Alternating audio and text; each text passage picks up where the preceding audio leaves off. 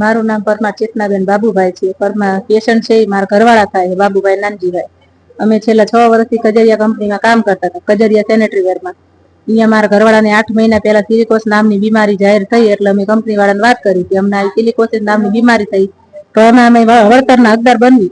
તો અમને એ વખતે કારખાના વાળા કાઢી મૂક્યા હતા, પણ પછી વળી રાખ્યા. અરજી બધા સમજાવ્યા એટલે અમે અરજી કરતા હતા વળતરની, એટલે એ વળતરની અરજી અમે જેમ કરી એમ એ લોકો અમને હેરાન કરવા માંડ્યા, ટોર્ચર કરવા માંડ્યા. અને અમને 8 મહિનાથી હેરાન બહુ જ કરતા હતા. કામ માનીમાં બધામાં ઘડીએ ઘડીએ રજા આપી દે, ઘડીએ ઘડીએ કાઢી મૂકતા હતા. અને પછી છેલ્લા જયારે અમે પીએફ ની એવી અરજી કરી, તો છેલ્લા 4-5 દિવસથી મારા ઘરવાળાને બહુ જ હેરાન કરતા હતા કંપની વાળા. અને એમને 28 તારીખે એક કંપનીના મેનેજર યોગેશભાઈ બોલાયા અને ઓફિસમાં બોલાવીને કીધું કે તમારે 1લી તારીખથી કામે નથી આવવાનું. મારા ઘરવાળાએ પૂછ્યું કેમ નથી આવવાનું, તો કે બસ અમને અજયભાઈએ ના પાડી, તમને કામે રાખવા નથી થતા. મારા ઘરવાળાએ ના પાડી, હું નહીં જાઉં, જ્યાં સુધી મારો હક નહીં મળે ત્યાં સુધી હું અહીંયા દઉં. તો કે અમને અજયભાઈ છૂટી આપી છે, તમે દુનિયા કરશો ને તમને ગમે એમ કરીને કારખાનામાંથી તો કાઢવાના થાય, રૂમ તમારે ખાલી કરવી જ પડશે. એટલે બાકી તમારામાંથી 1-2 માણા ઓછા કરવા પડશે ને તોય અમે કરશું, બાકી તમને રૂમ ખાલી કરાવશો. અમને અજયભાઈ છૂટી આપી હારી. પછી અમે અજયભાઈને ફોન કર્યો કે ભાઈ તમે આવું શું લે કરો? તો અજયભાઈ અરે અમારા ફોનમાં વાત થઈ, તો એમને એમ કીધું મારી કંપની છે, હું ધારું કરી શકું, બાકી હું તમને ધારું કરી શકું, કારખાનામાંથી કઢાઈ શકું, મારી કંપની મારી મરજી હાલે, તમારું કાંઈ ન હાલે.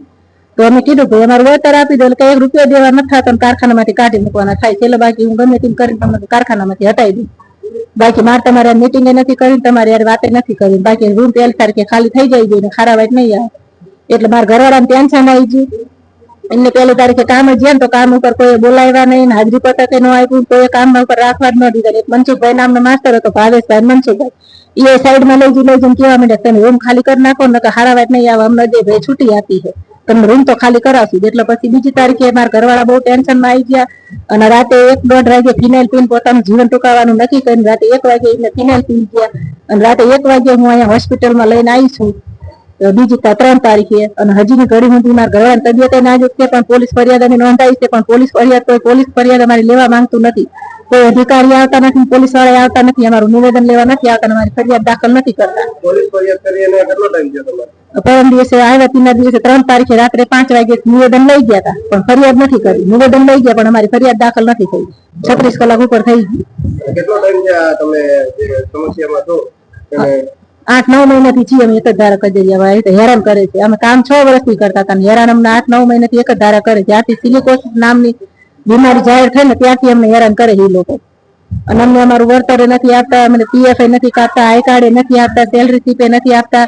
અને અહીંના જે અધિકારી છે ડીસ કચેરીના રાવલ સાહેબ ને ચૌધરી સાહેબ, એ 2 જણા અમે કામ કરવી છે. અમારી મુલાકાત 3 થી 4 વખત લઈ ગયા કારખાનામાં, તોય અમારું રાજીનામું લખી નાખ્યું કે આ લોકો તો રાજીનામું લઈ ગયા.